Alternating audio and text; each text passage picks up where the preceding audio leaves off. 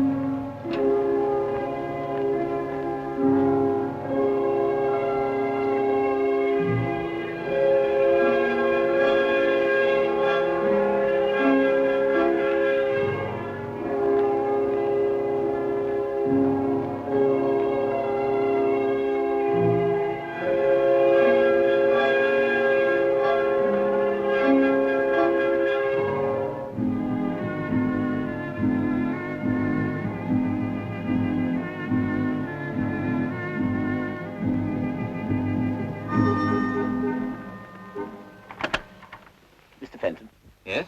Could I speak to you for a moment, please? Is it a business matter? Well, it's rather urgent. Oh, all right, come in. Thanks. In here? That's it. Do sit down. Thanks. I don't think I know you, do I? No, we haven't met officially, but you must have noticed me quite a lot recently. Really, where? On the mantelpiece. I've been there for some time now. I was there watching you every time you came to make love to my wife. In fact, I should have thought that anyone with a touch of finer feeling would have turned me to the wall, or at least covered me with crape. You're Lee Warren. That's right. But I thought that you were in America. Vivien had a cable from you yesterday. What will these husbands do next? I suppose Vivien told you that we'd been... You've been what? Well, that we'd been out together. Very nicely put. I didn't mind the going out. It's the staying in that I objected to. I don't know what you mean. Don't you? No? I've had to tell you. I've been away for 8 months. During my absence, my wife has been spending a lot of time with you.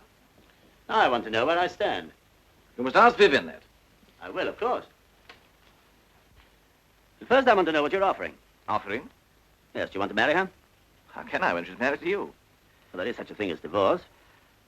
Oh, I see. You don't like the sound of that very much. Well, frankly, no. What do you mean to say is that if I took a sock at you now and saw my solicitor in the morning, it wouldn't exactly enhance your career, would it?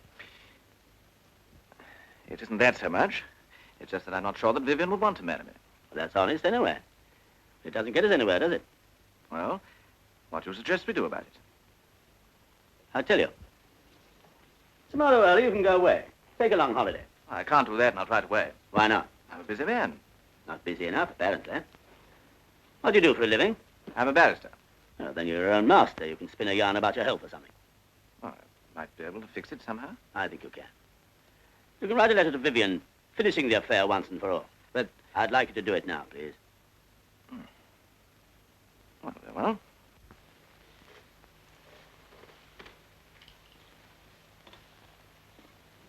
Wait, we'll compose it together. How do you usually address her? Vivien, dear? Oh, Vivien, darling. I love you. You got that? Yes? But I realize that whatever your feelings are for me now, you love your husband and always will. And always will. Paragraph. I cannot bear to be near you and to know that you can never be mine. And if what I am about to do may seem cowardly to you, Cowardly? your trip, you're running away without seeing her. All right. Cowardly to you, it is the only way out. So tomorrow, I'm going away on an extended trip abroad. When I return, I hope that you will again be happy with your husband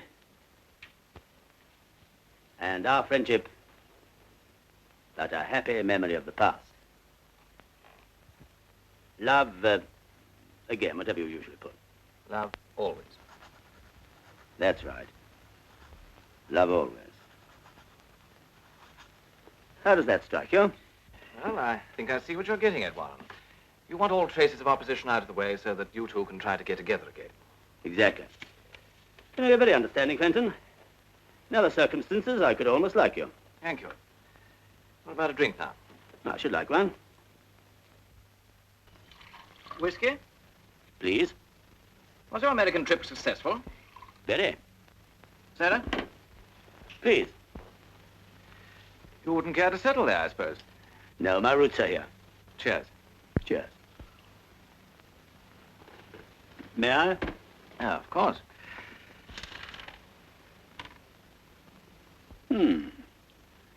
I don't think we could improve on that. I'm so sorry, Fenton. That's all right. I'll fix you another. No, it's not the drink I'm worried about. It's the letter. It's saturated.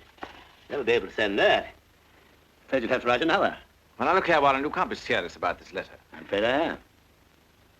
Sorry to be such a nuisance. All right.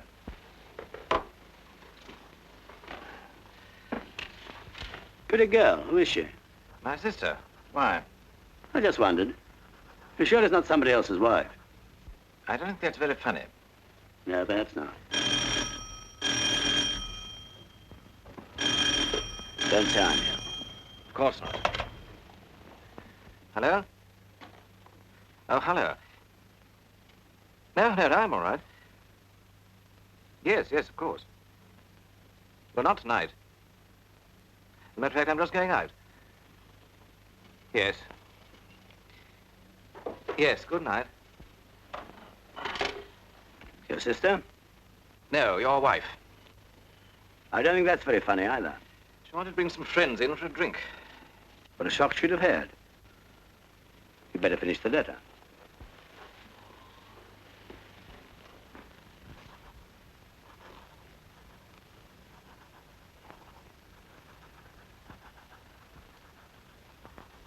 Stop. That's enough. What the devil? Put your hands behind your back. Look here. Do as you're told, or I'll blow your guts out. What the blazes are you playing at, Warren? Is this a joke? Joke? No, you can turn around. Look here. Go and lie down on that sofa. What are you playing You've at? got 15 seconds to get onto that sofa.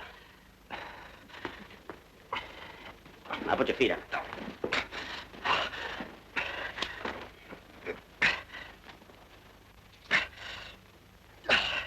I suppose you realize you're laying yourself open to a charge of criminal assault? No, and I'm not interested. Now, perhaps you'll be good enough to explain your quite extraordinary behavior. Certainly. That's why I came here. Did you and Vivien often talk about me? Not often. No, I don't suppose you would. Our marriage obviously didn't mean very much to you, but it meant a great deal to me. You probably wouldn't believe this, but I can remember exactly every detail of every minute of every day, since I knew I was going to America and had to leave her. I can remember exactly how she looked when I told her. She was wearing a new black dress. I didn't say very much until we'd started the dinner and the waiter had gone. Then I said, Vivien, the firm wants me to go to America. America? Yes, they want me to put over a couple of deals and make arrangements for a New York office. Will you go? No. Why not? They say I can't take you with me. But Lee, surely you're going. Do you want me to go without you? Of course I don't, but if it's your job. Oh, I get it. You're not so ridiculously jealous that you're still thinking about Paul. Nothing ridiculous about that. I promised I wouldn't see him again, ever, and I haven't. It was only a stupid little lapse. Surely you can forget that now. This trip means promotion, doesn't it? It may.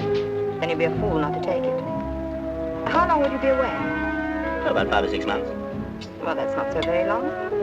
I'll write to you every day. You will? Of course I will. Get on with your soup, darling. It's getting cold. When Vivien saw me off at the airport, I could have sworn she really meant what she said. When I got to New York and settled down to work, the letters really did come every day, just as she'd promised. I knew everything was all right, but I could really trust her at last. That stage lasted exactly 3 weeks. And this sort of thing began to happen. Here's the mail, Mr. Warren. Oh, thanks.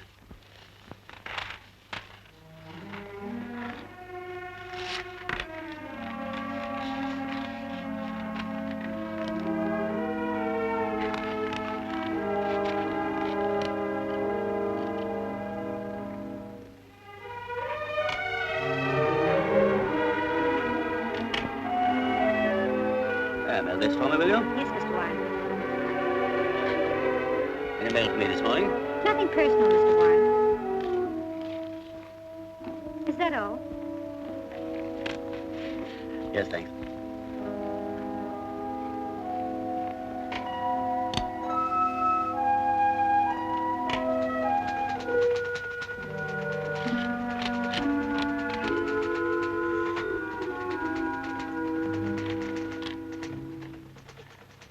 Miss Stern, take a cable, will you? Mrs. Warren. Thanks for long letter. Stop.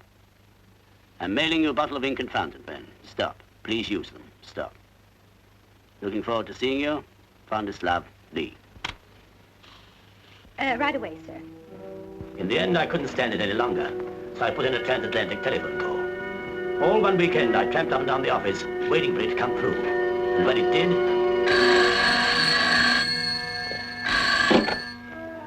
Hello? All right, I'll hold on. Vivien, is that you? Vivien, what's happened? I haven't heard from you for over a fortnight. But, darling, I wrote to you yesterday and on Tuesday. Well, I must have forgotten to post it. I know, Lee, but I've been so terribly busy. Yes, you see, Mother's in town. I've had to take her out. I know, darling, but some days it's so difficult. Really it is. All right, darling, I'll try. Yes, I promise. I miss you terribly, too. No, I'll write you every day from now on. Yes, I promise. Hello? Hello? We were cut off, but I didn't care. I'd spoken to Vivien and I was happy. That shows you the sort of fool I was about her. For a week or two, her letters arrived regularly. Then they stopped again. This time I didn't trouble to telephone. Instead, I took to haunting a little bar on Broadway. After a few drinks, I was able to persuade myself that nothing was wrong, but Vivien still loved me. My fool's paradise didn't last long. One night, I came upon an old tattler someone had left behind, and there, laughing up at me, was Vivien. And beside her, with his arms round her, also laughing at me, was Mr. Richard Fenton.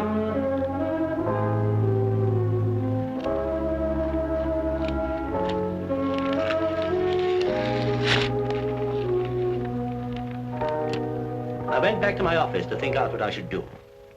I know I sat staring at the picture for hours. It seemed to me that both of you were mocking me, while I was thousands of miles away, helpless. It was then that I began to plan what I should do, in every detail. And it was then that I made up my mind how to kill you. What did you say? I said I was going to kill you. And I warn you, if you lift your voice, I'm going to gag you. Remember that. You won't be able to plead for your life with a handkerchief halfway down your throat. You must be mad to think you can get away with this. If I'm found injured, you'll be the first person they look for. If you're found injured. Look here, Warren. I'll make a bargain with you. You set me free now, and I'll go away tomorrow and say nothing about all this nonsense. Although I could prefer charges, you know.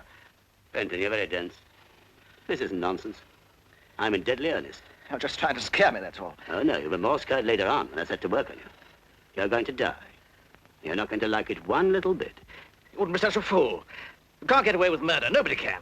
Ah, but I'm going to commit the perfect murder. There's no such thing. Oh, yes, there is. The perfect murder is the one that nobody ever hears about, because nobody thinks it is murder. That's impossible. I admit it is a little difficult. But I've got a scheme which is good enough to be worth the risk. I've had plenty of time to think it out while I was in America. And you were with Vivien. There's bound to be a hole in it. There always is. I warn you, I'm a lawyer, and I know. There'll be a flaw in it somewhere, and that flaw will land you on the gallows as sure as you're standing there. Ah, but that's where you're going to help me. Don't talk nonsense. Why should I help you? For your own sake. I'm going to tell you exactly how I propose to kill you. And I promise you, if you can find one flaw in my method, one thing that will incriminate me, I'll let you go. And if I can't? I'm sorry. You're really going through with it? Yes. You're joking, aren't you? It's a pity you're not a little more subtle. Then you'd appreciate the situation. A murderer usually has to act alone. He can trust no one. But with my method, I have you to help me, weighing and considering every detail. If you can't find a mistake, then I have the comfort of knowing that my plan has been approved by an astute lawyer. Look here, Warren. I don't know whether you want to frighten me or to kill me. Whichever it is, you won't gain your objective. Your wife isn't only interested in me, there are plenty of others, too. And you can't kill them all, you fool. Shut your mouth. Very clever of you to get me to lose my temper. It's true, I tell you. Let me look at your cheek. Oh, quite a mark. Leave me alone. Lie still. Oh, luckily, it's only a surface reddening. Take your dirty hands off me. Oh, and leave a telltale bruise on that cheek of yours. Not after I've taken all this trouble.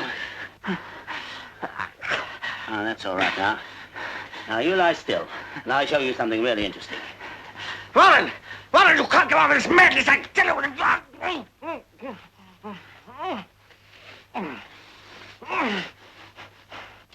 This is your bedroom, isn't it?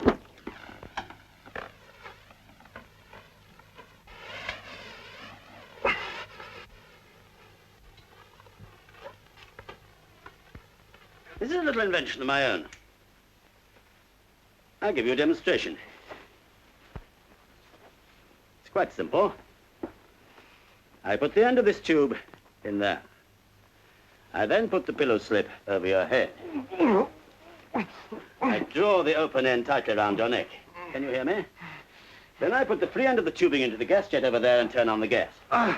You get the idea? Of course, you'll be able to breathe quite freely. No, Warren! Be sensible.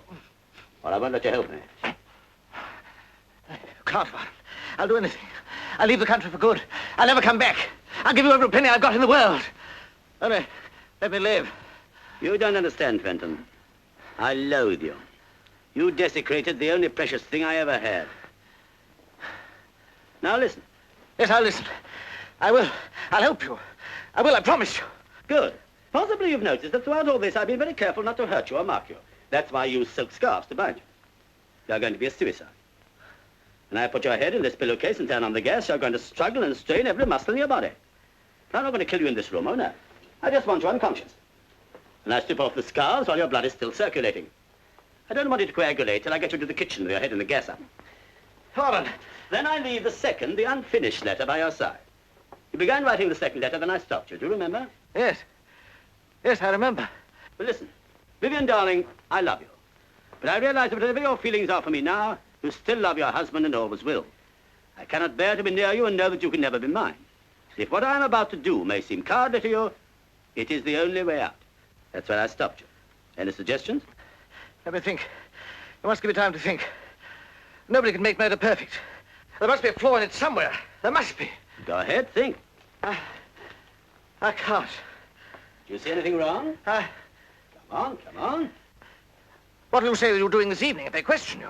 Oh, that's easy. I arrived in London by air. I reported to my office, telephoned Vivien. She was out. So I dined alone, went straight home to bed.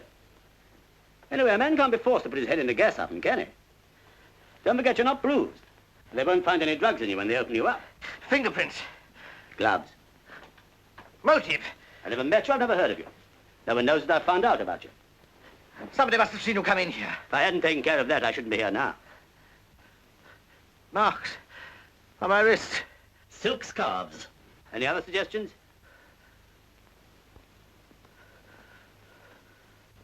Well, goodbye, Fenton. You were a bit of a failure as a lawyer. I'm glad my life didn't depend on your arguments.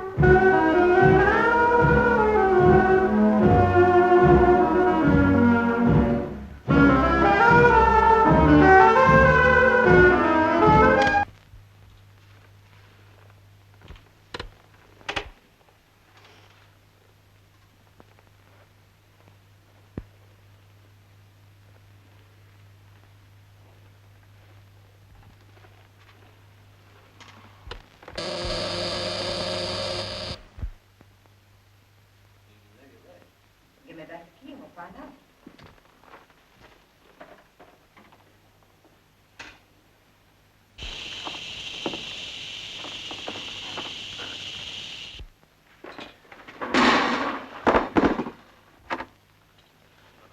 Dick? Dick? You see, there's nobody here. Darling, relax. What I don't see is why you've got a key to his flat if there was really nothing between you. It's no use my pretending, Jimmy. You're right. There was something between us, but it's all over now. I haven't seen him or spoken to him since I met you. And you expect me to believe that? You must, Jimmy, because it's true.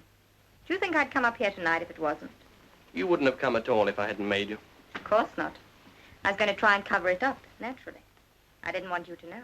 If I hadn't found that key in your bag, you wouldn't have told me. Would you? Do you blame me? No, I suppose not. I'm glad you know the truth now. I don't want there to be any secrets between us. It's far too important to me for that. And anyway, it's not a crime to have had an affair and then found out that you've made a mistake, is it? You know why I wanted to be certain there was nothing between you and Dickie? No? Because I wanted you to divorce your husband and marry me. And now? I want to more than ever. Darling. You will marry me as soon as you can get your divorce, won't you? I don't know what to say. This is all rather sudden. Get me a drink, Jimmy. I don't want to touch his drinks. Well, I do. I need one. And so do you. And make it strong, darling. It isn't every day one gets a proposal. Well, don't laugh about it, please. I'm serious. I want to cable your husband tomorrow and tell him the news. You are a quick worker, aren't you? I'll get some ice from the kitchen. Jimmy, come and sit down here with me. It won't take a second. But, darling, I don't want any ice. I want you. You can have both. I say, can you smell gas? Darling, come here. It's this, isn't it? Careless so-and-so. It's only half turned off. I'll open the window. Stop rushing about. Now what's the matter? I can't kiss you here. Not in his flat. Well, let's go somewhere where you can. Where would you like to go? Bottle party? Can't you think of anywhere more private? Yes, I suppose so. Darling, we are going to be married, aren't we? Yes, but... Do I have to write you a letter, Mr. Martin?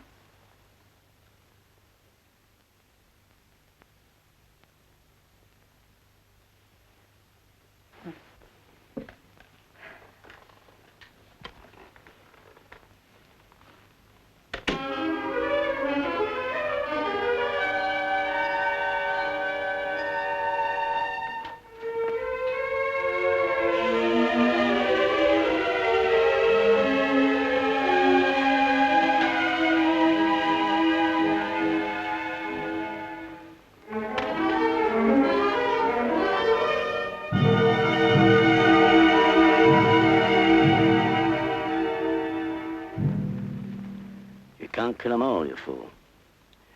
Well, we'll see about that.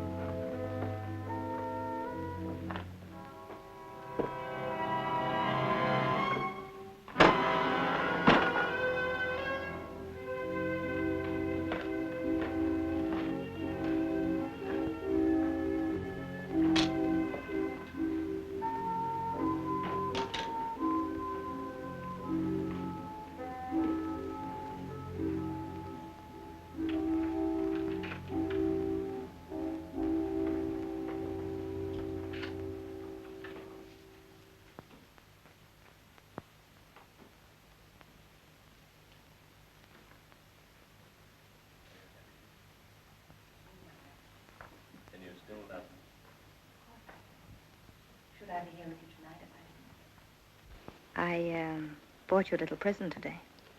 You shouldn't have done that. It's only an old signet ring I came across in a junk shop. But just you read what's inside.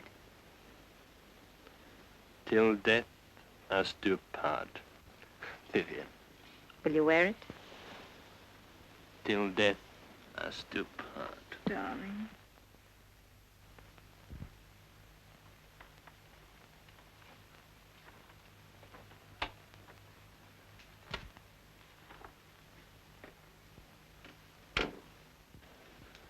What was that? What was what? I thought I heard a door close. It's only Rita coming home. She's very discreet.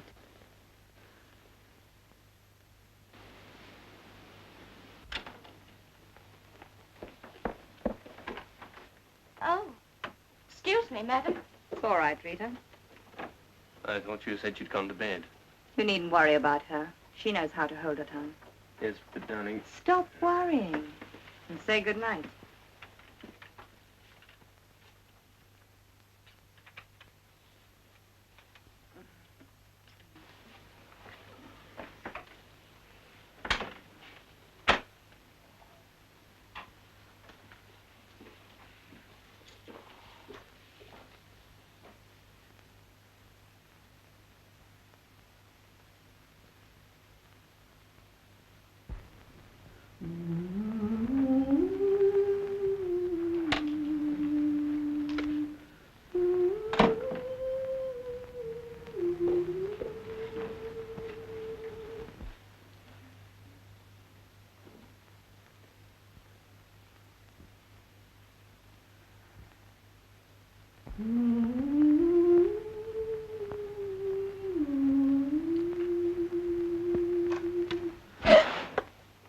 Lee.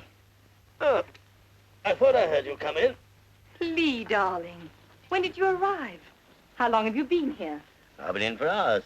You poor darling. Why didn't you phone me when you landed? I did. No answer. So I came on home and went to bed. Why didn't you wait up for me? I was dog-tired. We had a rotten crossing. There was no one in anyway. Poor Lee. What a homecoming. And just the one night I'm out. You must tell me all about your trip. Was it successful? Lee, I've been so miserable without you. What time did you turn in? Oh, about 10. Did you have something to eat? No, I didn't want anything. Let me get you something now. No, thanks. Why didn't you write to me, Vivien? It won't take a moment. Why didn't you? But I did, darling. Dozens and dozens of letters. But you said every day. But, darling, that was only a figure of speech. You know I was thinking of you every minute and missing you dreadfully. But I couldn't just go on saying that over and over again, could I? It would have been so boring. And I've never bored you yet, have I, Lee? Not until now. But, Lee... You see, I don't believe you, darling. Were you on duty last night? Yes, sir. Did anyone ask for Mr. Fenton during the evening? No, sir. Did you see anyone strange? Anyone other than the usual tenants come in or go out? No, sir, I can't say I did. Did Mr. Fenton often have visitors? Not many, no. Any ladies? Sometimes, yes. One particular lady? Not so as you'd notice. All right, thank you. That'll be all for you two just now. Won't you want me anymore? Not for the moment, thank you. Oh. Oh, all right. Only I found him, remember? Yes, thank you. We're very grateful.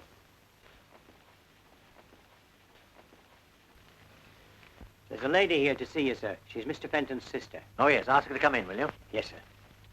This way, please. Come in, please, Miss Fenton. Sit down, won't you? What's the matter, Inspector? Why have you sent for me? I've got some bad news for you. Has something happened to my brother? I'm afraid so, miss.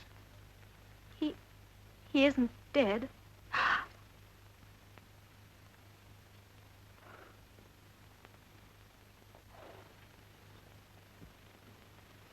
How did it happen?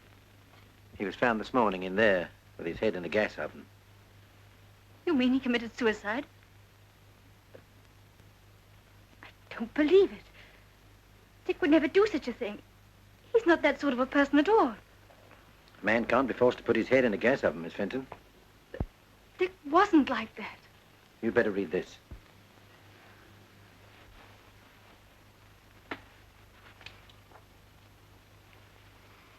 But I don't understand.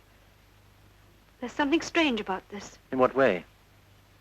I realize you still love your husband and always will. But he knew perfectly well Vivien didn't love her husband. Who is this Vivien? Do you know her? Of course, it's Mrs. Warren. And your brother had an affair with her? Yes. And there was trouble with Mr. Warren? No. He's in America. You say your brother knew that Mrs. Warren didn't love her husband. We both knew. How? Because the man I was engaged to gave me up for her a fortnight ago. Are you quite sure about that? Perfectly. And what was the name of your young man? Martin. Jimmy Martin. I see. And you suggest that he took your brother's place with Mrs. Warren? I know he did. And she took your place with him, is that it? Yes. You must excuse my asking so many questions, but it is a bit complicated, isn't it? It's all very sordid and unpleasant. And it's all her fault. Yes, I'm sorry. Now, if you wouldn't mind giving me this Mr. Martin's address. Why? Are you going to see him? Well, just give me the address if you don't mind, and I'll decide about that later on. Yes, of course. He lives at number 7. Aren't you going to the office this morning? Yeah. Why not? Anxious to get rid of me? Not at all. I've turned in my report, now I'm taking a few days off. To put some private affairs in order. What private affairs? Oh, private affairs. Where are the other papers? They're over there.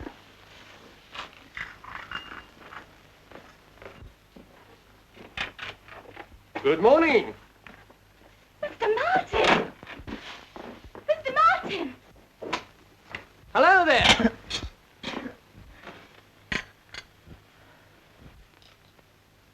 Thank you very much. My favorite flowers. Aren't they sweet? I beg your pardon. Not at all. Make yourself at home. By the way, I didn't quite catch your name. Vivien, introduce us. Jimmy Martin, my husband. How do you do, Mr. Martin? How are you? Have you known my wife long, Mr. Martin? Of course he hasn't. Only during my absence, I take it. I think I'd better go. No. I think I'm entitled to some sort of explanation. Isn't every husband who comes home to find a handsome young man calling on his wife with flowers, and at breakfast time, too? Do sit down, Mr. Martin. By the way, have you had your breakfast? Yes, thank you. I think you better go, Jimmy. Yes, of course. And I think he'd better stay. Lee, don't be ridiculous. Do sit down, Mr. Martin. Have a cigarette, will you? I don't know what you can hope to gain by this behavior, Lee. Mr. Martin, tell me, is it a habit of yours to call on my wife so early in the morning? Certainly not. This morning you just thought that you would. Is that it? You may as well know it. I'm in love with Vivien. Well, at least you're honest. He's a likable lad. Have you quite finished, Lee? Nearly. Tell me, Mr. Martin, does my wife return your love, do you happen to know? Yes, I think so. Is that true, Vivien? I refuse to take part in this ridiculous charade. But you're terribly curious, aren't you? You're not missing a word. Oh. Please go, Jimmy. I can't stand any more of this.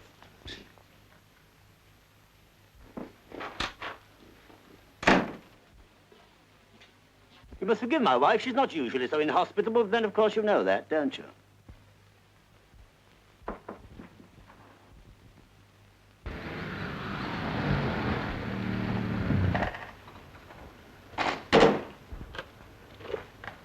That's a fine place to park a car now, isn't it? Keep your mind on the job, Fox. We got more important things to do. You wait here. I shan't be long.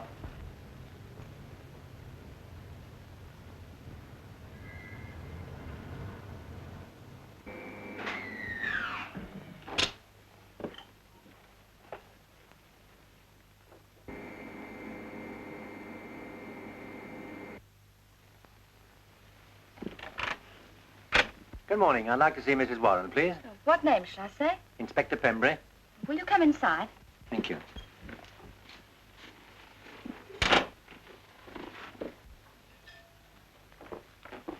Excuse me, sir, there's a policeman called. Inspector Penbury. Who does he want to see? Mrs. Warren. Has he brought any flowers? No, sir. Then show him in. Will you come this way, sir? Thank you. Good morning, sir. Good morning. I'm Inspector Pembury. Mr. Warren? Yes, can I help at all? My wife's dressing. It's about a friend of your wife, Sir, Mr. Richard Fenton. Do you happen to know him? Fenton? No, I don't think I do. What about him? He was found dead this morning. Oh? What's that got to do with my wife? We found this letter near the body. It's addressed to Vivien. I think that's your wife's name, sir. Yes, it is. May I read it? If you wish. Thanks.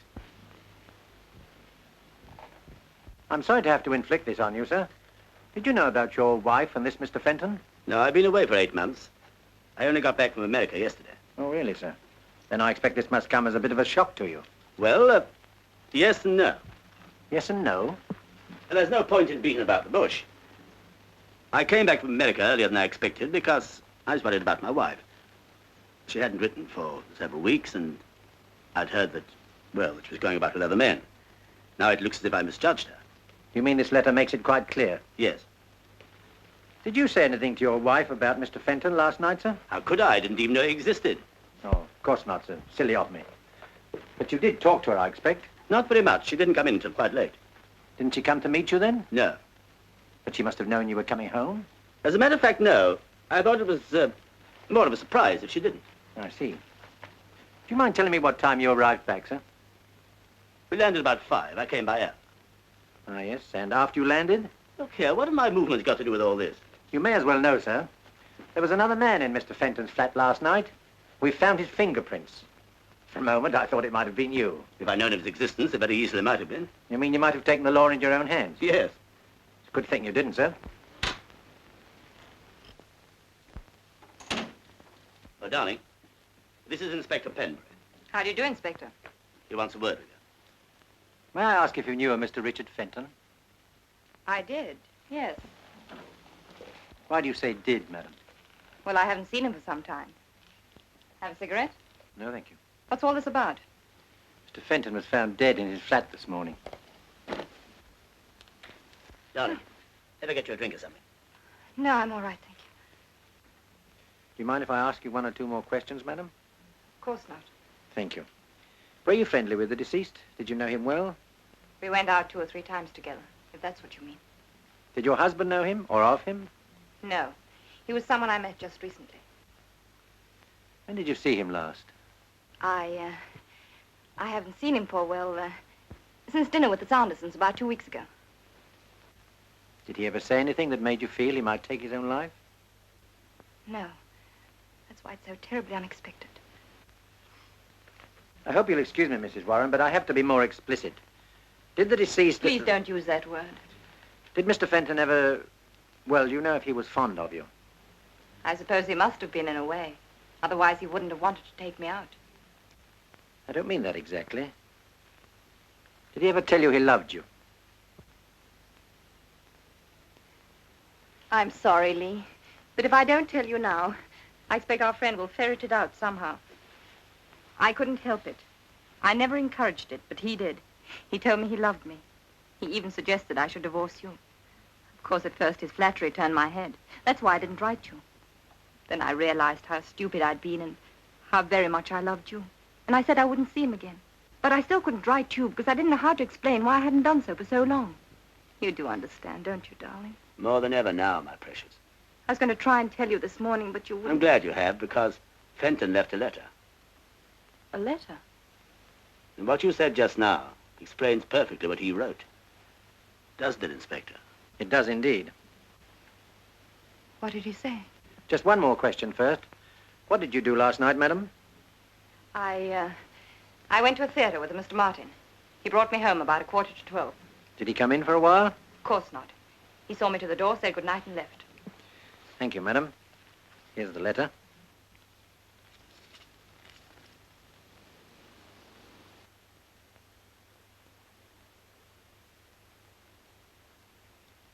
He killed himself for me.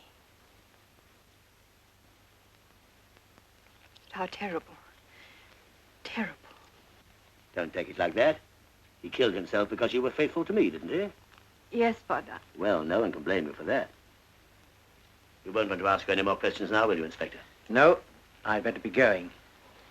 Inspector, if there's anything else, please don't hesitate to ask me. However badly I may feel about this, it's not myself I'm worried about. It's my husband. Your husband, madam? I don't quite understand. Well, you know how people talk. And that letter, it looks so awful. Must it be published? Well, that's for the coroner to say, madam. I'll do what I can. Thank you, Inspector. Thank you, madam. You made things much easier for me. Good day, Inspector. Good day.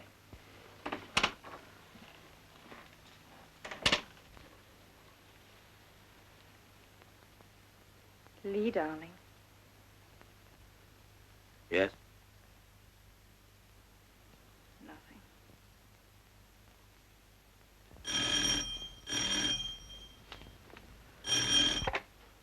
Hello? Oh, hello. I can only talk to you for a second. Lee's in the other room. Jimmy, listen. Dick Fenton's committed suicide. Who told you? Oh, is she there? Well, be careful what you say. Jimmy, listen. The police have been here asking all sorts of questions. They wanted to know where I was last night, and I had to tell them. If they ask you, say that you saw me home. And whatever happens, don't let out that I was in Dick Fenton's flat last night. No, don't worry, I wouldn't. No, of course not. All right, I'll watch my step. Bless you, darling. And be careful.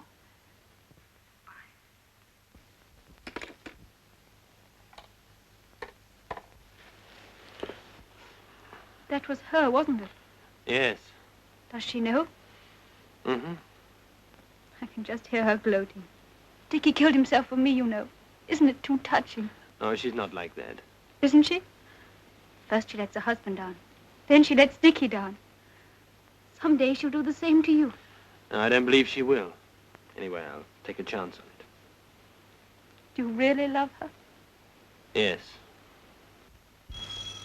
Is she coming here? No, it's all right. Now, calm down. I'll go and see who it is.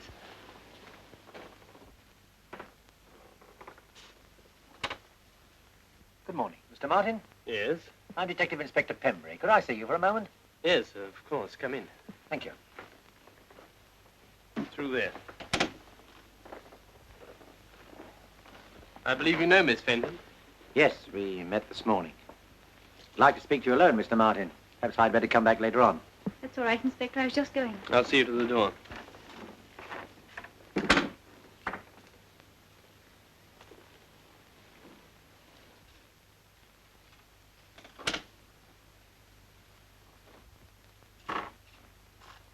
Well, Inspector?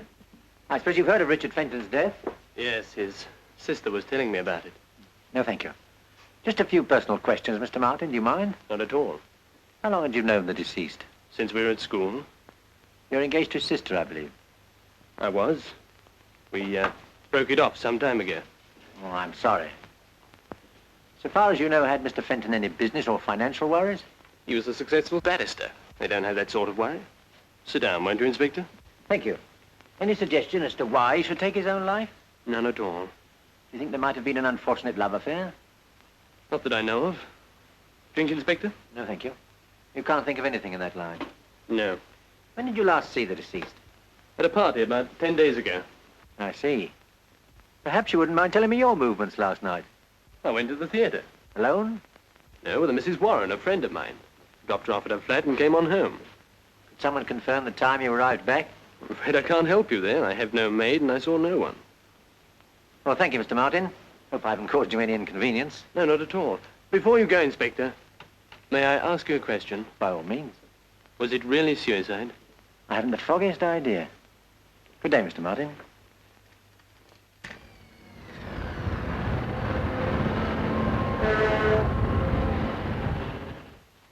Hello, what do you want?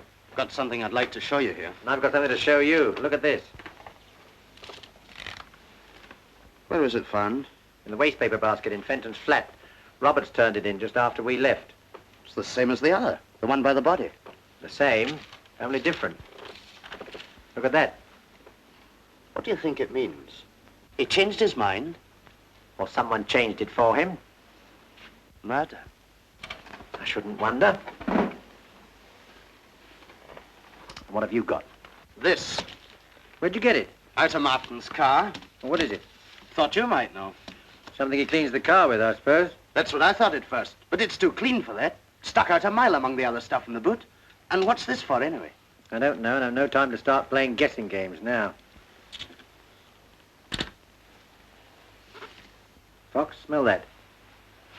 Smells like the back of a cab. Anything else?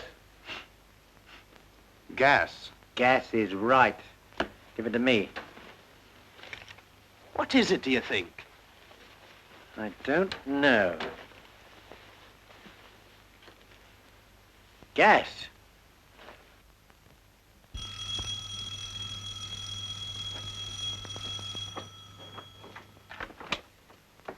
Oh, it's you. Come on in. Just a couple more questions, Mr. Martin. Reinforcements? Yes. Sergeant Fox, my assistant. Going away? Just for the weekend. Mr. Martin, are you quite sure your answers to my questions this morning were correct? Of course. Then before I ask you this final question, I must warn you that anything you say now may be taken down and given in evidence. What is all this? Just a formality. Are you quite certain you didn't visit Mr. Fenton's flat last night? Quite certain. Then how do you account for your fingerprints being found there? Fingerprints? Well, they must have been left from the last time I was there. When was that? About 2 or 3 weeks ago. Do you think Mr. Fenton would have left a whiskey glass on his table for 3 weeks? No, of course not. And perhaps you wouldn't mind telling me what really happened. Very well. I went there for a drink. When was this? Well, I dropped Mrs. Warren off at her flat at about 11:30. And I thought I'd call round and see Dickie. He wasn't in, so I had a drink and left. If he was out, how did you get in? I had a key. You must have found it. I left it on the table by mistake. So you arrived just before midnight. About that. The doctor puts the time of Fenton's death a few minutes either side of midnight. So you see, Mr. Martin, it looked as if Fenton was in his flat when you called. But I swear to you, he wasn't. Now, wait a minute. I didn't look in the kitchen. You mean he might have been lying in there and you wouldn't have known anything about it? Well, it's possible. You didn't go to the kitchen for water or soda or anything? No. And how do you explain your fingerprints being found on the kitchen doorknob? What? Oh, yes, well, I started to go to the kitchen, but I couldn't find the light switch, and I just didn't bother. I'm sorry, Mr. Martin, but I don't believe a word you're saying. I can't help that. I've told you the truth. We found the oven gas jet still on this morning. If the deceased had been lying in the kitchen when you were there, you must have smelt the gas. But I did. I remember now, and I thought it was a leak. What's all this about, anyway? It was suicide, wasn't it? You asked me that before, this morning. Remember? Yes, but Miss Fenton was telling me that he left a letter. Well, what makes you think that letter showed he intended killing himself? If you let me read it, I'll tell you. Well, here's a copy.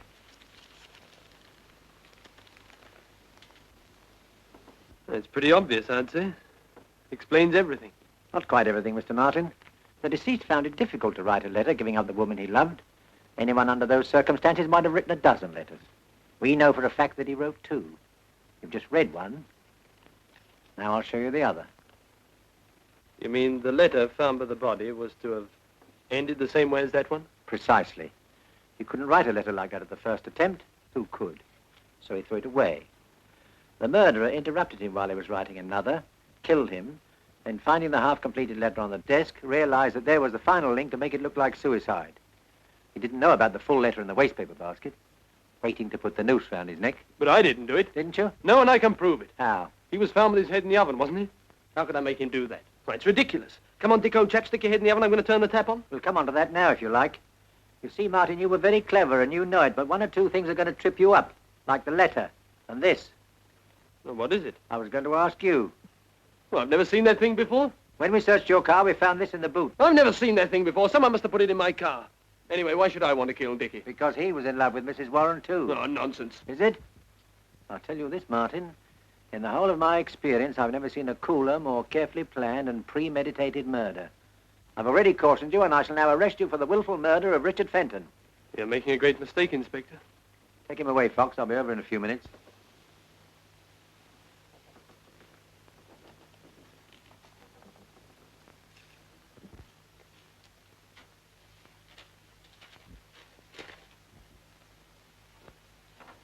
That young man of yours seems to be hitting the headlines. Who?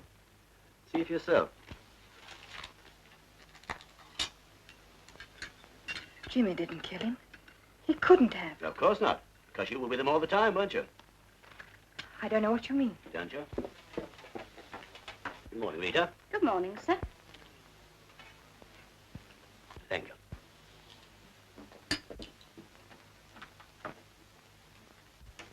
You know Jimmy didn't kill Fenton because he never left your side all the evening. How do you know that? Because I happened to be there. Where? In Fenton's flat. But you couldn't have been. Unless you... Go on. Unless I killed him. No. No, you couldn't. Why not?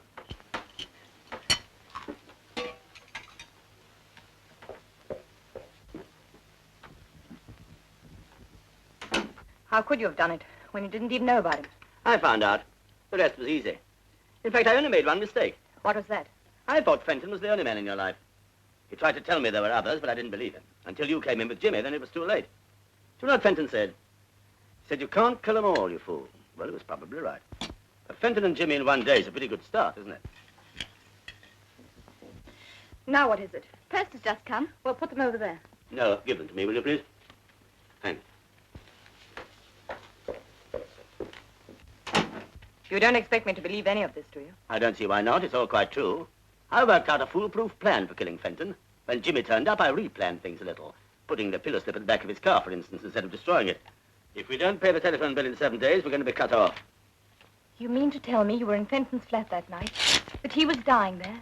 While we were talking in the next room? Exactly. I don't believe it. Oh, you don't, eh?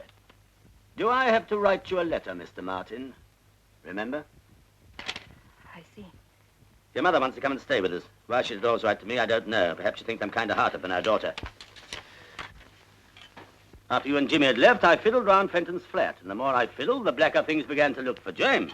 You wouldn't really let an innocent man suffer for something you did. I suffered because of something he did. That's different. Not to me. I made up my mind to get my own back, and I'm getting it. You're mad. You must be. You love Jimmy Martin very much, don't you?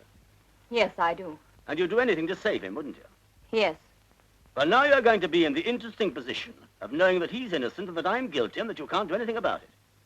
You're going to suffer slowly and exquisitely, and I'm going to enjoy watching you squirm.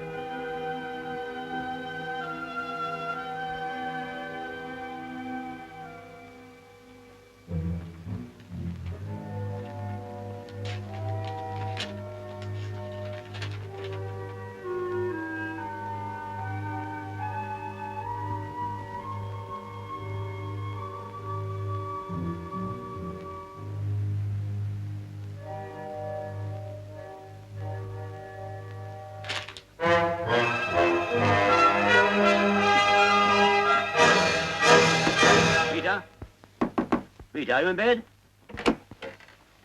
When did Mrs. Warren go? This afternoon, sir, about 3. Where did she go, do you know? No, sir, she just called a taxi and went. Did you hear what address she gave the driver? No, sir. She left a note for you, sir. Yes, I know. But there's anything else, sir? No, you better go back to bed. I want to speak to Mrs. Warren, please. Warren. W-A-R-R-E-N. She says she's not staying at the hotel. Thanks. Dr. Dorchester, could you tell me if Mrs. Warren is registered with you, please? Yes. She's not there. Thank you.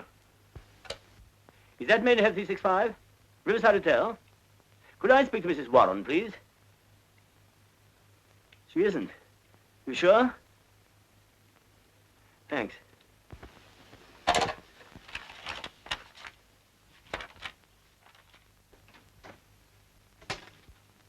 Mr. Martin, sir. Thank you, Fox. You and Gray wait outside, will you? Yes, sir. Sit down, Mr. Martin, please. You know Miss Fenton. Hello. Miss Martin, I want to ask you some questions in a moment, but there's something I must check up on first. You won't mind waiting, will you? Haven't got much option, have I? No, you haven't really, have you? Excuse me.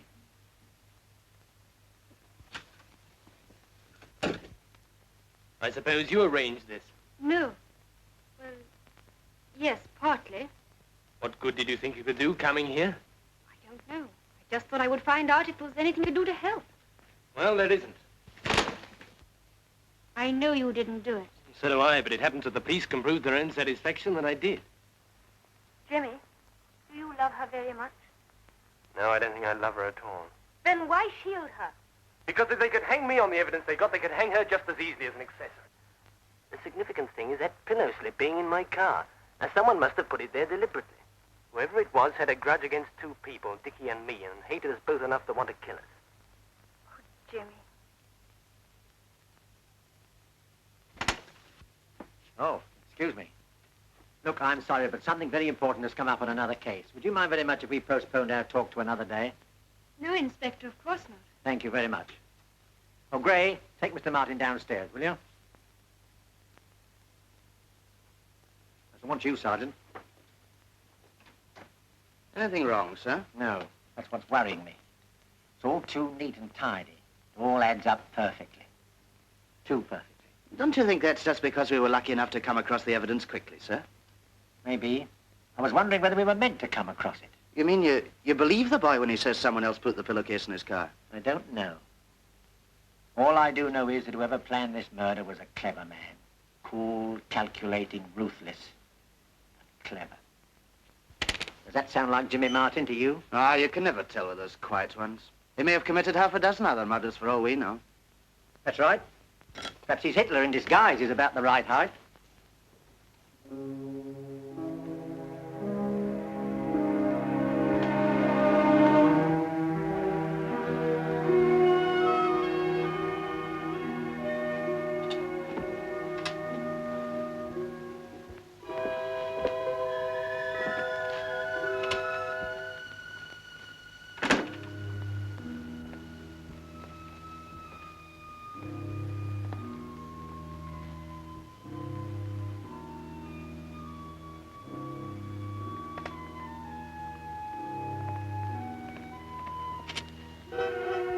Enjoying the view, Mr. Warren? Oh, good evening, Inspector. No, just taking a walk. Long way from home, isn't it? As a matter of fact, I'm not sleeping very well, so I've taken to going for a long walk before I go to bed. Do you usually come and look at Fenton's windows? No, why? Oh, I see what you mean. The criminal returning to the scene of the crime and all that. I didn't say so. No, I should hope you wouldn't. Pity about young Martin, losing his head like that. Yes, isn't it? Nice boy. Yes, I understand. Well, remember me to your wife, won't you, sir? If you don't mind, I don't think I will. She doesn't like being reminded of unpleasant things. Good night.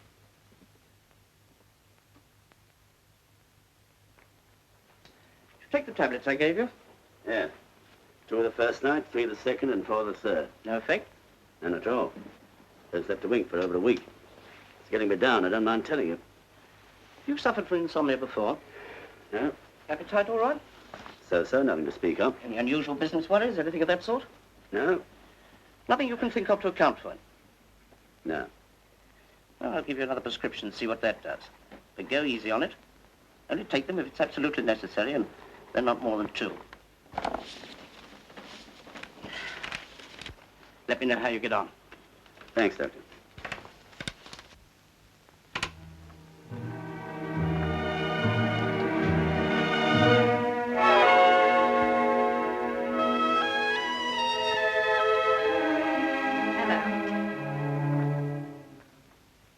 When did you come back? About half an hour ago. You might look as though you're pleased to see me. You suppose I am? I thought you might be by now. Give me a light. Why did you go off like that? I told you in my note. Your hand's a little shaky, isn't it? Yes, I haven't been sleeping very well. You know you do look a little the worse for wear. You don't seem very worried yourself. I'm not. You're tougher than I thought you were. Not tough. Just logical and sensible. You see, Lee, I've thought the whole business out, quietly and reasonably. And I've discovered 2 very important things. What are they? First, that I love you, and second, that you love me. What makes you think that? Why else should you be so jealous of every man who so much as looks at me? Why else should you kill Dick and Jimmy? To make you suffer something of what I've suffered. But, darling, that's silly, surely. I never loved them the way I love you. Is that true? Of course it's true. Why did you think I came back? But why did you? Because I was worried about you. Why? In case you might do something silly. Why should I do that? Because the responsibility for that boy's death is getting too much for you, isn't it? Yes, it is. I don't know what to do about it. I can't think straight. It's all my fault. I should have made you see that nobody means anything to me except you. But what about Fenton and Martin? They never meant that much. But why did you... Only because you weren't there and I was so bored without you. Vivien, is that true? Absolutely.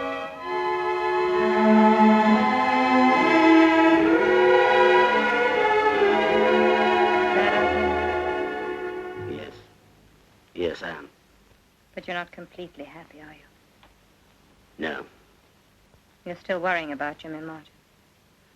I can't let him hang now. He's not going to. I'm going to prevent that. No. Yes. Yes, I must say that I was there. Now, that'd drag you in as an accomplice. No, there must be some other way, some loophole, if only I can think of it. Yes, Lee, that's right. There must be something you've forgotten. No crime is ever perfect. This one is. Too perfect. I saw to that.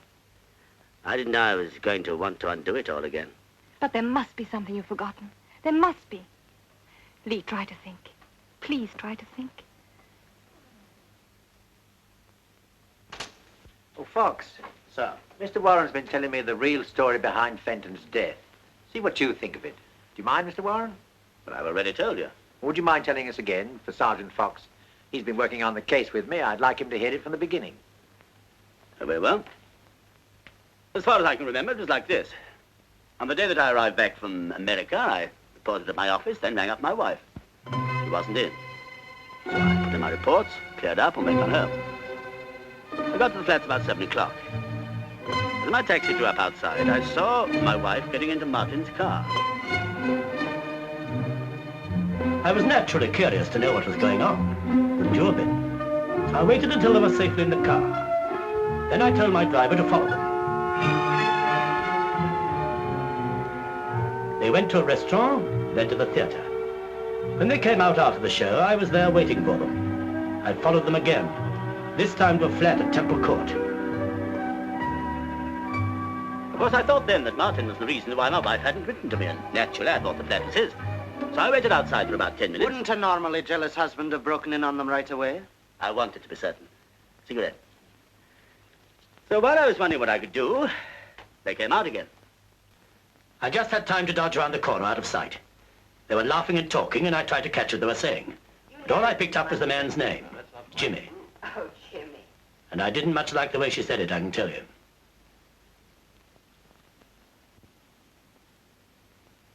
After they'd gone, I tried the door. Which was conveniently open. As a matter of fact, it was. The catch hadn't dropped. They often don't unless you slam the door. It happens in my flat, and I'm sure it happens in yours. So you went in? I thought I'd wait and knock hell out of this Jimmy when he came back. I looked carefully around the apartment, taking everything in. Then I went into the kitchen. You know what I found there? A man dead with his head in the gas oven. I turned off the gas and picked up the letter. It's addressed to Vivien. When I read it, I realized the flat didn't belong to Jimmy. It belonged to the other poor devil, whoever he was. Then a thought struck me. I could turn this suicide into a murder done by Jimmy. That meant I had to get rid of every scrap of evidence that my wife had ever been in the flat. It wasn't easy. I had to think fast. I put her cigarette stubs in her pocket.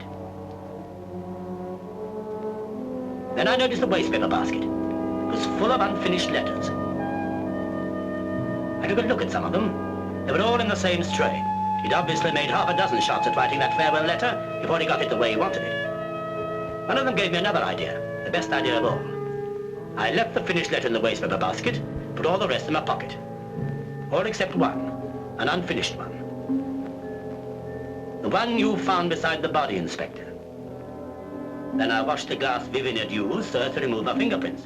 And how did you know which one was hers? By instinct? No, by lipstick. Go on. In the same way, I got rid of the cigarette she'd been smoking. leaving traces that only Martin had been there.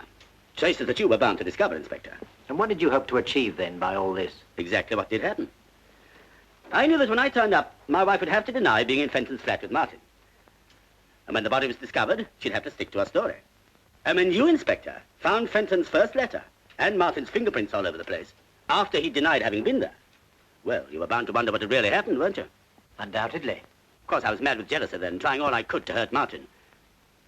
I regret it very much now. What did you do with all the letters you stuffed into your pockets? I took them away and destroyed them, of course. Then I had to find a way to connect Martin directly with a fake murder. That wasn't easy. If Fenton had shot himself, there'd have been a gun. But gas... Then I had a really brilliant idea. You know, the gas mask thing. I set to work and made it. How it could possibly be used on a strong, healthy man, even I can't imagine. But I knew if it was found on Martin, it'd make things even worse for him. You mean to tell me it was never used? But of course not. I invented it. Then how do you explain the fact That it was impregnated with gas? Yes.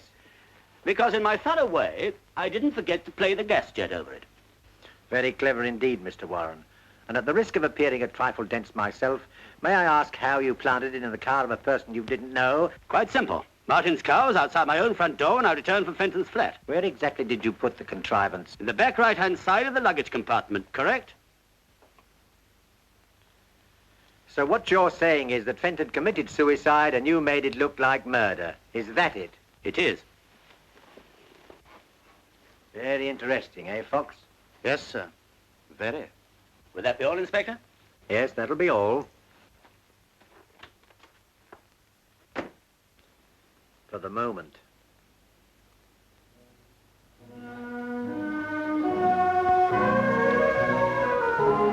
You swallowed it. Hook, line, and sinker. You're sure? Quite sure. My job was pretty good. You didn't say too much. George Scott. Good Lord, now, just a few fills here and there, that's all. You weren't nervous? No, I had a couple of drinks before I went in just to start me off. After that, all set. Oh, Lee, I do hope so. What you worried about? Have another drink. George, dry martini. I'll have another Scotch.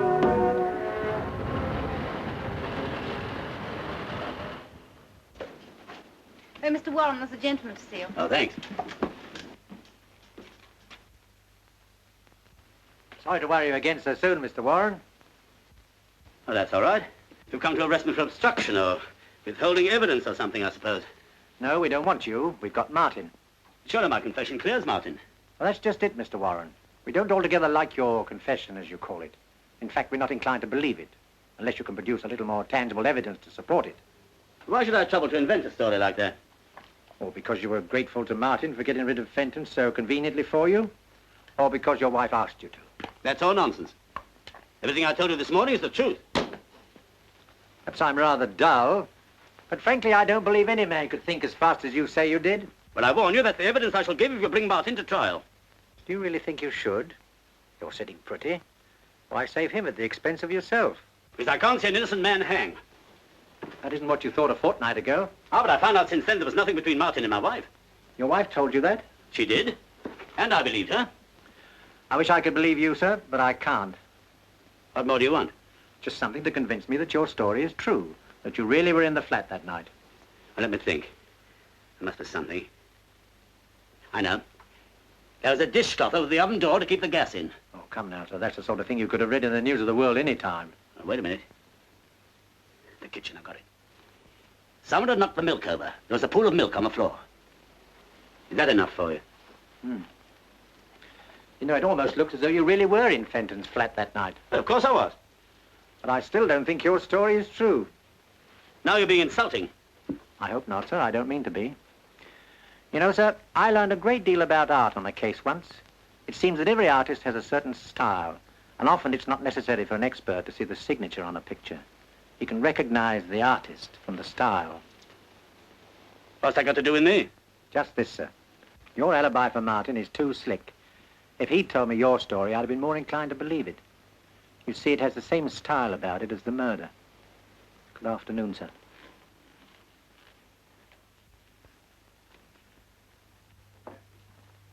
Inspector Penbury, madam. Good afternoon. Good afternoon, Inspector. What can I do for you? Well, as a matter of fact, I've come to ask your help. I can't believe you need that. Oh, two heads are better than one, you know. It was your husband's idea.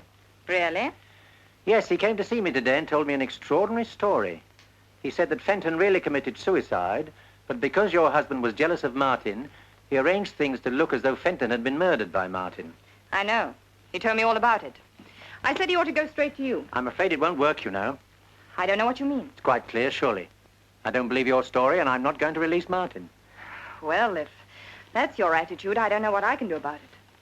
You could persuade your husband to confess that he murdered Fenton. What makes you think my husband killed him? Everything points to it.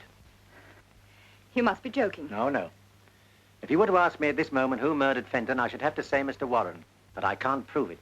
He's been too clever for us so far. But I can prove it against Martin. So either you've got to help me or I've got to go ahead and hang a man who's probably innocent. I think you better go. What you're suggesting is insulting and ridiculous. Very well. Look, Mrs. Warren, when Martin comes up for trial, you'll be called as a witness, and there'll be a lot of dirty linen washed in public. But if your husband confesses, we shan't have to call you, and you'll make a very attractive widow. To put it bluntly, don't you think it's a question of which of the two you prefer, your husband or Mr. Martin? How dare you? Of course I prefer my husband.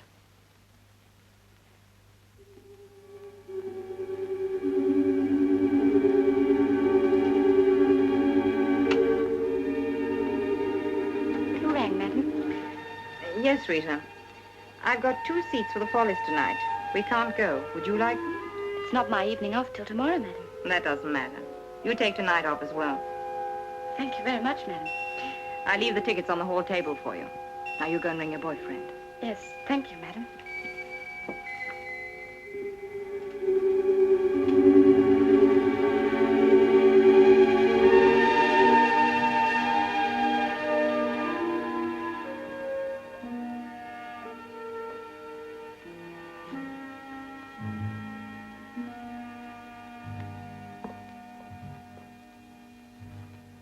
Hello, darling. Hello. You're late. Yes, I am a bit. Gosh, I'm tired. Come in here and I'll give you a nice drink. Thanks. Had a busy day? Not particularly. You've been overdoing it again, you know. Yes, I suppose I have. I walked home. Good heavens, why? I wanted to think. Pembury was at the office this afternoon. He's been here, too. What did he say? Don't worry, darling. Put your feet up and relax. There we are. I can handle him. What did he want? Oh, he was just probing around as usual. I think he knows I did it. Did he say so? No, but he kept on hinting. He said he didn't believe a word of my story. He said more than that to me. What? He said he was quite sure you did it. Well, there you are. But he knew he couldn't prove it. I'm not so sure. Well, I am, and so is he. He admitted he hadn't got a thing to go on. Now shut your eyes, darling, and rest up a bit.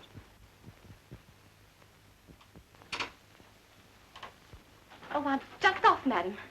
Have a good time. You look very nice tonight, Rita. Thank you, madam. What on earth are you doing? Packing? I can see that. What for? We're taking a trip.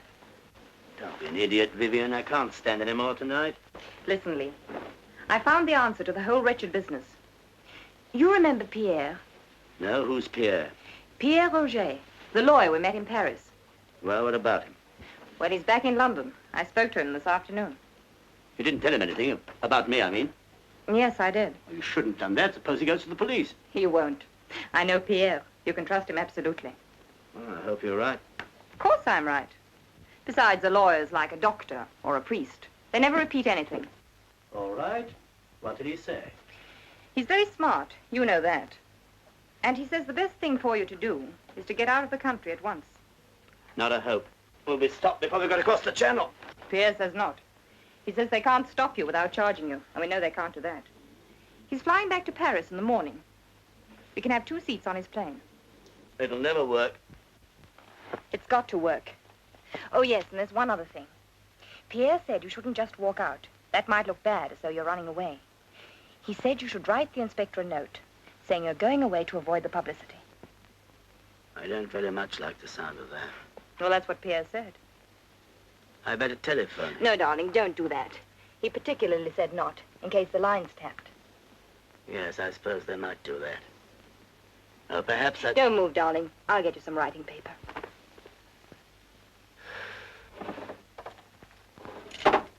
He said write the note and leave it here. Then take the car. Darling, then take the car down to the airport in the morning. All right. I'll try anything once. There you are. And the envelopes are in there. Vivien, Hmm? do I have to write this tonight? Darling, the plane leaves at 7:30. I can't see you doing it in the morning. I don't know what to say. Tell him the truth. You're fed up. You can't stand the publicity, and so you're getting out. I wouldn't say too much. I don't like putting things down on paper. You never know what people will make of them afterwards. Please yourself, darling. I'm only telling you what Pierre said. Well, I've got to have another drink first.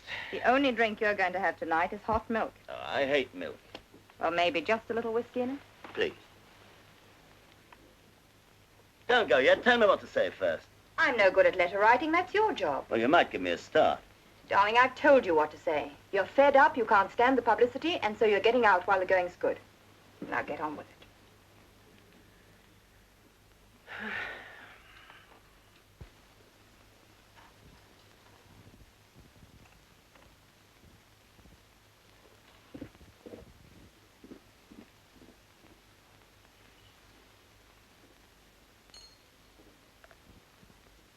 Finished? Just about.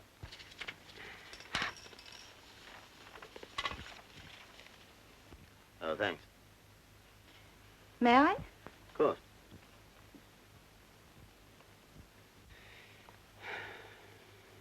I never know whether it's the milk that spoils the whiskey, or the whiskey that spoils the milk. You can't have it both ways, darling.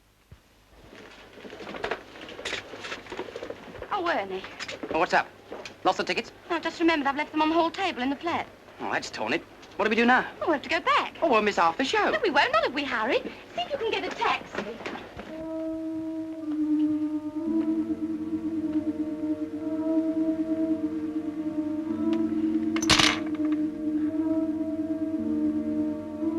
That's made me feel really drowsy. I'm not surprised. I put some of your tablets in it. Good. How many? 20. 20.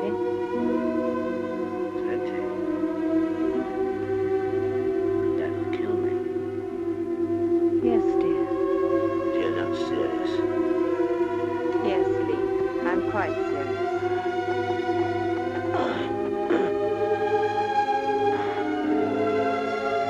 Why have you done it? Just when we're together again. Clear up it all. I'm afraid that was just a fable, dear. You see, if I hadn't made you think that I loved you, and was ready to go away with you, you would never have saved Jimmy. So you do love him? Yes. Yes, Lee, I do. I see. Oh, get a doctor, please. Before it's too late. Please. Please. It is too late, Lee. But you needn't worry. You won't feel anything. You'll just get sleepier and sleepier. Vivien, for pity's sake. I don't want you to die, Lee. But you've got to. Why? So that I may go on living the way I want to live.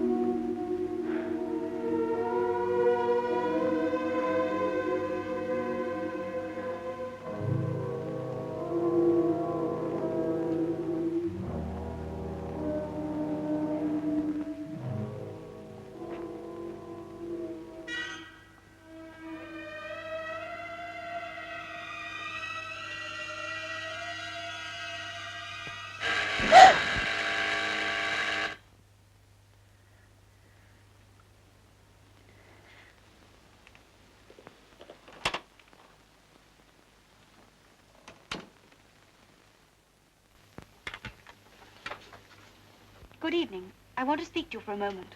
I was just going out. I won't keep you very long. It's about Jimmy. All right. What is it? he asked me to give you this. He said there wasn't any point in his keeping it any longer. You're lying. Jimmy would never say that to me. I know Jimmy. Do you, Mrs. Warren? Get out. Very well. Good night.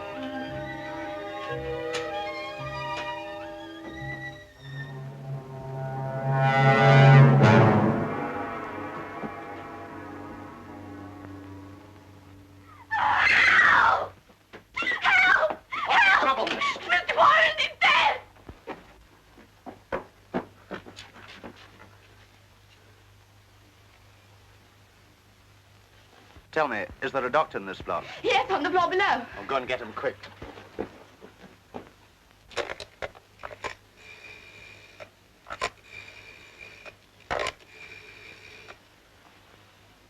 Inspector Penbury. Yes, quickly. Can I ask him another question? You can, but it won't do any good. I'm afraid we were too late.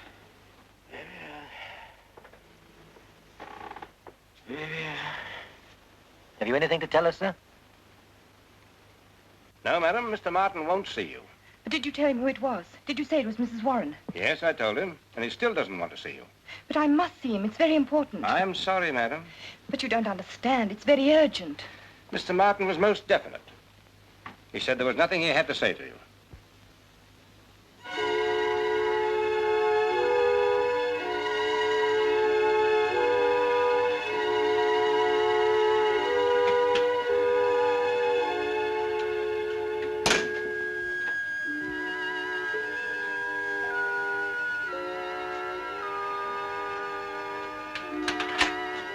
She's here, sir, in the lift.